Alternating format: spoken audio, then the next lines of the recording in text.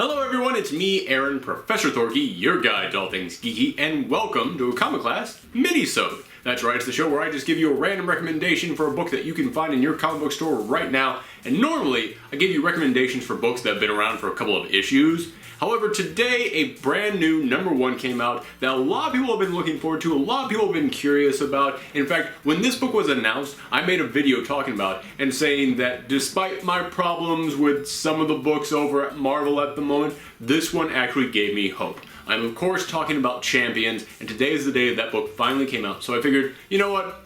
Let's just go ahead and talk about it. Now, Champions is a brand new teenage superhero team over at Marvel, and I'm glad that they're doing this because it's important for teenage readers to have that team that speaks to them. The Teen Titans have kind of been dominating for a couple of years in that department because they've really kind of just been unopposed. However, when I was a kid growing up, the New Warriors were my team, and that was Marvel's first big attempt at a teenage superhero team, and they were successful for a while, and I loved them during that time, but they've had trouble coming back. In fact, when Champions was announced, I said that I was a little bit bummed, a little bit salty about it because I looked at that team and went, that could have been the New Warriors. If you had announced that this was the New Warriors team, the New Warriors would finally sell again. People would be excited about the New Warriors again. So prepare throughout this episode to hear me talk about New Warriors a lot. I can't help it. I'm of course going to bring them up multiple times, just a heads up. Now, this book starts off after Civil War. As we all know, Civil War II has been majorly delayed, and for good reasons. The artist had a baby, so yeah, that's way more important than drawing superheroes punching each other. However, Marvel did not want to delay this book coming out, and they said, don't worry guys, all these new #1s that are coming out, they're not going to spoil how Civil War II ends. That's a load of crap, because the opening of this book shows you exactly what happens to Noah and Spider-Man at the end of Civil War II. This book opens up with the two of them going, we are done being Avengers. If this is how the adult superheroes are going to act, we are through. We're out, we are quitting, we're going on our own. And Miss Marvel didn't want them to leave. She argued for them to stay, but as time goes on, this issue opens up with her thinking about what they did and looking around at what the Avengers do. She always worshipped the Avengers. She loves superheroes. She always loved the idea of these bright, shining characters going out there and saving the day and protecting people. But as she looks around, she goes, well, you know what? We cause a lot of destruction when we save people, and we don't really stick around to help people. Which ironically was Tony Stark's argument in the first Civil War. But yeah, she is thinking, you know what? The Avengers are not what I thought they were. We could be doing this way better. There is a better way to be a superhero. And so she decides, you know what? I'm quitting the Avengers too. And so she calls up Miles Morales and Sam Alexander, tells them what she did, and then she goes, we, the three of us, we're good, we work, which I think is, in a weird way, is Mark Waid making commentary on himself, because he wrote them over in the Avengers book, and they're actually probably the best thing about Mark Waid's Avengers book. So I think that was kind of him going, oh no, I write these kids right. I do a good job writing these three together. These three hanging out together, that is perfect. And yeah, I actually love seeing those three together, so I'm glad they're sticking together on a team. But she goes, all right, we can form a team. And then they go, well, I think I know another guy who'd be good for the team. And they go and they find Amadeus Cho, who is rescuing some miners who are stuck in a collapsed cave. And then the four of them team up and save these miners. And then Amadeus Cho goes, yeah, this is a great idea. I'm totally down with this. In fact, we're going to need someone to give us missions. We're going to need somebody who has instant access to all forms of information. I know just a person. It's someone who I play an online game with. And then they go to the Vision's house and find his daughter there, which this is the weird one to me. Because we all know Civil War II got massively delayed. And because of that, this is now taking place after Civil War II is over with, even though there are still 3 more issues to come. The Vision series has been amazing, but there are 2 more issues of that one coming up, and I don't know what's going on with that book, because either everything's going to be destroyed or everything is going to be fine. I don't know how the Vision is going to end. And this issue shows them visiting the Vision, and he's still living in this nice house with his daughter, but his wife isn't there, his son isn't there, and I'm like, oh geez. Is this taking place now, Or is this taking place after Vision ends? Because Vision ends in 2 more issues, because Tom King has signed a DC-only deal and he's going over to DC. So my big question is, are you spoiling how the Vision ends, or is this taking place now before everything goes to crap? But anyway, she goes, alright, I'm down with this. She gives them a mission. They go out there, they save all these girls who have been kidnapped for human trafficking, and then they beat up the criminal who kidnapped them.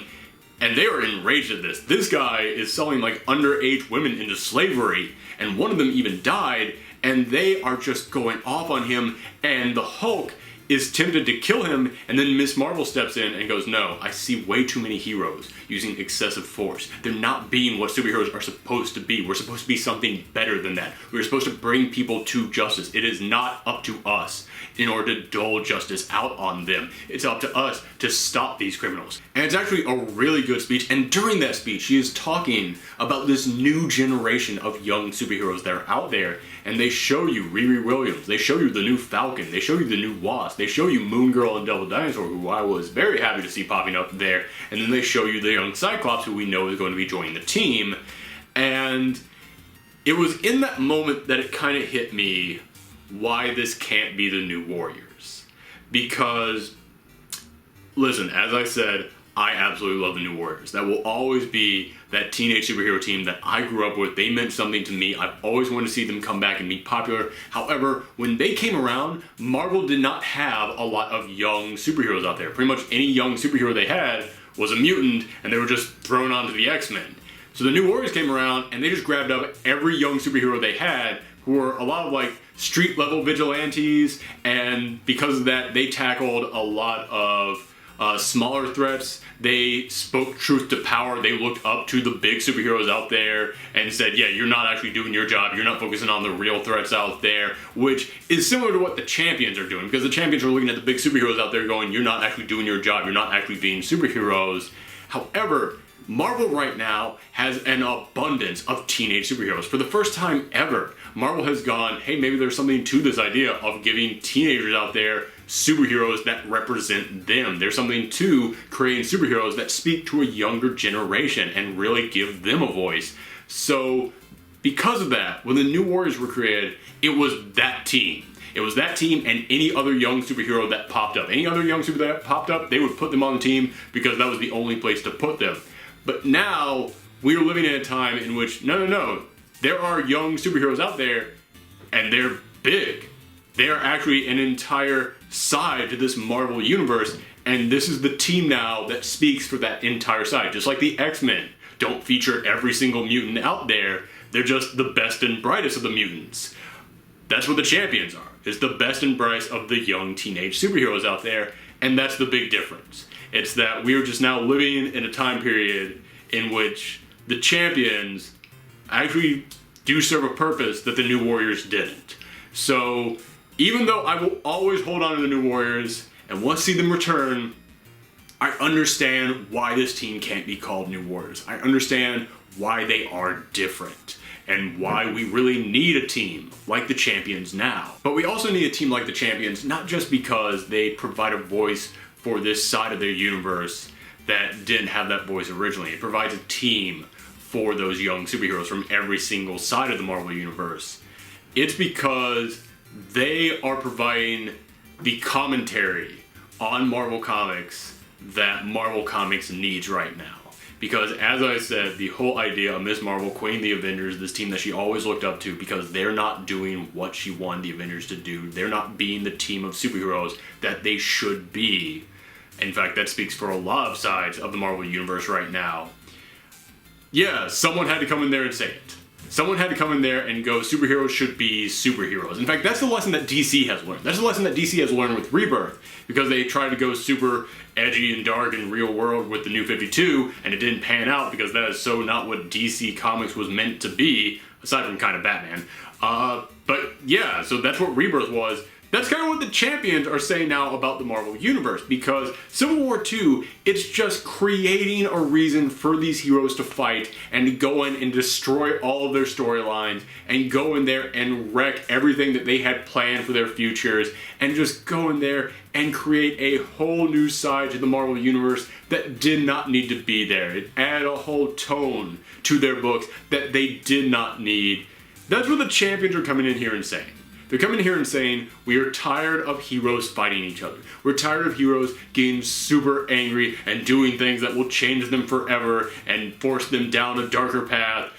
The champions are now here to go, let's let superheroes be superheroes. And Mark Waid is the perfect guy to write that book because Mark Waid excels at writing superheroes like superheroes. That is his specialty, is writing superheroes. So many other writers at Marvel, it's like, well, I specialize in noir, I specialize in big crazy science fiction ideas, I specialize in this, I specialize in this. Mark Waid is that one writer who specializes in superheroes. So if you're now going to create an entire team, and their entire point is to show superheroes being superheroes and speak up to all those higher up there superheroes who are not acting like superheroes, Mark Waid is hands down the best guy to write. Plus, it's a team of teenage characters, and he is currently killing it on the Archie series, a sentence I never thought I would ever say. So overall, I love the idea of this book. I love the team that they've assembled. I think that they each have great dynamics. I love seeing all of them work together. It's so weird seeing Amadeus Cho standing next to some of these characters who I don't think he's ever interacted with before, and yet at the same time it was like, oh yeah, he's a perfect fit with these other guys. I can't wait to see what happens when Cyclops joins the team. The only critique that I will make about this book is that it moves fast. However, at the same time, prepare for me to bring up New Warriors again, because the most recent New Warriors series I thought was amazing. I love that series. It was the first time I have ever seen the New Warriors portrayed in that same way that I loved them when I was a kid. It was like, this book is totally capturing that tone. However, it took 6 issues for the team to get together, and I honestly didn't have a problem with that. I thought, all right, you're taking your time building up this team, building up the relationships between each of them. That works for me. However, every single critic out there said it didn't work. I read tons of reviews that were very negative on that first storyline, and they were all because, yeah, it's taking way too long for this team to get together. So yes, I think that issue number 1 is kind of rushed, but at the same time, I've seen what happens when you don't rush a team coming together. No one reads the book. So yeah, I fully understand that. I will also say, this ain't worth $40.99. I think they add maybe 3 extra pages to this compared to a regular book. This does not feel like a $4.99 book. I really enjoyed it. For the love of God, Marvel, stop pricing up your books. DC is killing it with Rebirth, and each of their books are $2.99. $3.99 is the max you can go to, man.